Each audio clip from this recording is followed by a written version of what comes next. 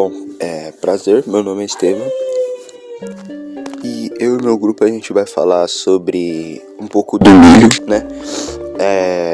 Nosso grupo consiste em eu, Igor, Felipe e Lucas. Eu vou falar um pouco da questão biológica dele, o que é o milho em si. Eu vou dar uma breve resumida, entendeu? E falar um pouco das suas proteínas, como que ele é produzido, entendeu? Para começar, o milho é uma semente do tipo de plantas zeamaias, não sei se a pronúncia tá certa. Ele é um dos cereais mais consumidos do mundo inteiro. Para ser bem específico, ele é o segundo maior, tanto na parte de alimentação humana quanto na parte de alimentação animal. Um exemplo da parte de animal é a ração. Falando sobre um pouco da história do milho, acredita que ele tenha se originalizado na parte da América Central, ali na parte do México, até mesmo antes da colonização. Ele já podia estar sendo cultivado antes mesmo da pré-colonização. Outro fato também bem interessante sobre a história do milho é que também há indícios de que ele já era cultivado pelos índios antes mesmo da chegada dos portugueses aqui no Brasil. O milho em si, ele não é aquele conjunto de semente, de grãos, né, armazenado numa espiga. Na verdade, ele é um único grão. Se você pegar um único grão da espiga de milho, aquilo dali é o milho, entendeu? Normalmente esses pequenos grãos, eles têm o tamanho de ervilha, e todos eles ficam enfileirados em uma única espiga, entendeu? Mas não quer dizer que tem que ter um conjunto inteiro de grãos parecidos com a ervilha para formar um milho. Na verdade, um milho é um único grão, daqueles que podem ser, dependendo do tamanho da espiga, podem ser de 200 até mesmo 400 grãos por espiga. O milho também, ao contrário da maioria dos cereais, o milho, ele, com a sua conserva de casca, que é rica em fibra, o mesmo ele possui um alto teor de carboidrato e quantidades conserváveis de vitaminas, além de sais minerais como ferro, fósforo, potássio. O milho, ele pertence a uma família de Poaceae, não sei se está certa a pronúncia, que é uma antiga família de gramíneas. É uma espécie anual classificada como grupo de plantas do tipo de plantas tipo C4, com amplas adaptações diferentes de condição de ambiente. Dependendo do ambiente e uma certa proteína, que eu ainda vou falar lá pra frente, ele pode acabar mudando até mesmo o seu gosto, mas o que mais se destaca é a sua coloração. Outro fato bem interessante do milho é a temperatura, né, que ele demonstra o seu máximo potencial produtivo, que é entre 24 e 30 graus de radiação solar. Isso, claro que a gente também tem que levar em conta a adequada, né, o solo adequado. Eu queria já falar logo sobre aquela questão que eu disse que iria explicar, sobre o porquê que o milho tem esses vários tipos de cores bem diferentes um do outro. O que faz o milho ter essa variedade de cor é o carotenoides no milho, resultando em várias cores de grãos variantes do amarelo até o laranja escuro. Então é o que eu falei, dependendo da quantidade desse carotenoides, né? Não sei se eu tô pronunciando certo de novo. Ele pode ir de um amarelo bem claro, né, que é considerado milho branco, até um laranja muito, muito, muito escuro. Não sei se vocês já viram em diversos comerciais mesmo, eles usam aquele milho milho laranja e amarelo para chamar bem a atenção, já que ele pula para um laranja bem escuro. Quanto à cor vermelha, roxo, isso se dá por conta da antocianinas, proporcionando grãos com tons vermelho, azul e roxo. E basicamente é a mesma coisa da carotenoides, né? Quanto mais antocianinas, no milho, mais vermelho, azul e roxo ele pode variar, entendeu?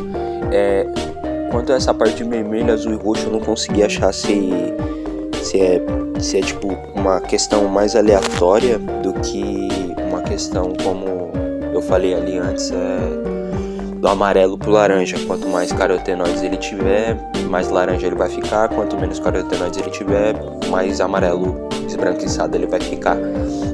Sobre a antocianinas, eu não sei se tem um certo padrão, sabe? Quanto mais antocianinas ele tiver, mais roxo ele vai ir. Quanto menos ele tiver, mais vermelho ele vai ir. Eu acho que sim, por conta das palhetas, né? Que variam, que vai do vermelho azul, do vermelho, né? Do vermelho, roxo e azul, né?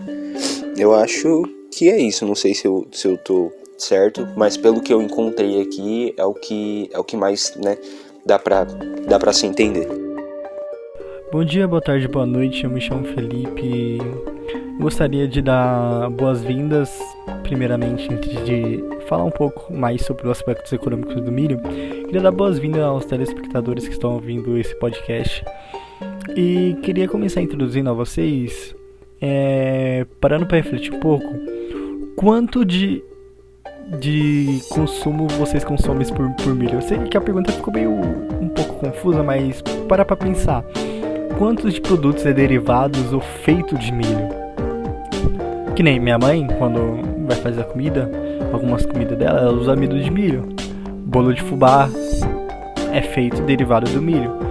Então, quando nós percebemos isso, vamos para a economia, a gente acaba vendo uma forma de alimentação bastante utilizada no dia a dia das pessoas, mesmo elas não percebendo ou não. E isso vai desde a alimentação animal até mesmo a alimentação de alta tecnologia. Com isso, na realidade, o uso do grão ou do milho é utilizado desde as indústrias animais até as indústrias de grande porte. Porque cerca de 70% dos cereais, 70% é consumido por milho ou seus derivados. Bom, em questão a isso, ao analisarmos dados de 2018 e 2021, vemos um crescimento de mais de 200%, sendo o estado que mais se destaca ser o Paraná, pelo ter a maior média em saco, chegando a 91,78%, seguido do estado de São Paulo, do estado de Goiás e do estado do Rio Grande do Sul. Verificamos também que os produtores de milho deverão colher na safra seguinte cerca de 87,4 milhões de toneladas por temporada, na safra 21 e 22. Esse dado aponta que o levantamento divulgado pela Companhia Nacional de Abastecimento traz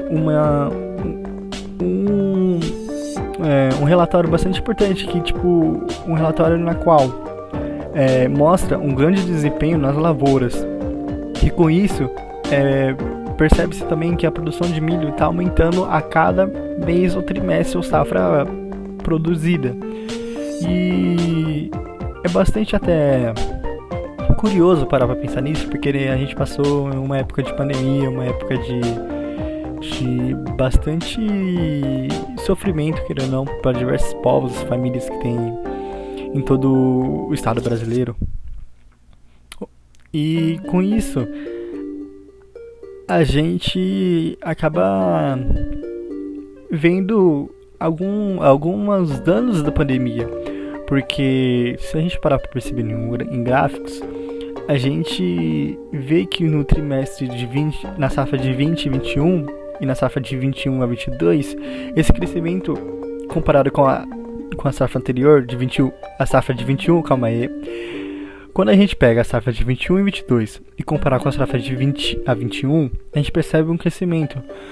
Como a vacina, ela começou a ser produzida diante dessa safra, a gente percebe até mesmo um crescimento na produção de milho de larga escala. E é muito curioso a gente parar para perceber isso, porque como uma coisa tão distante pode ser relacionada, sabe? Bom, enfim, eu queria falar aqui, comentando um pouco de como o preço é regulado do milho. O preço do milho, ele é regulado em três aspectos que eu acho que praticamente todas as commodities são reguladas. O primeiro é em base na Bolsa de Valores de Chicago. Por que a Bolsa de Valores de Chicago? A Bolsa de Valores de Chicago eu acho que foi uma das primeiras abertas, onde tem uma grande importância do agronegócio e em outras partes do mundo, sendo a bolsa principal do mundo, querendo ou não. Beleza. Segundo aspecto, prêmios. O que seria esse prêmio? Seria recordes. Por exemplo, nesse ano minha fazenda produziu 100 toneladas de milho. Próximo ano, próximo mês, minha fazenda produziu 101 toneladas de milho. Ou seja, é um prêmio, querendo ou não. Então, os analistas, eles fazem,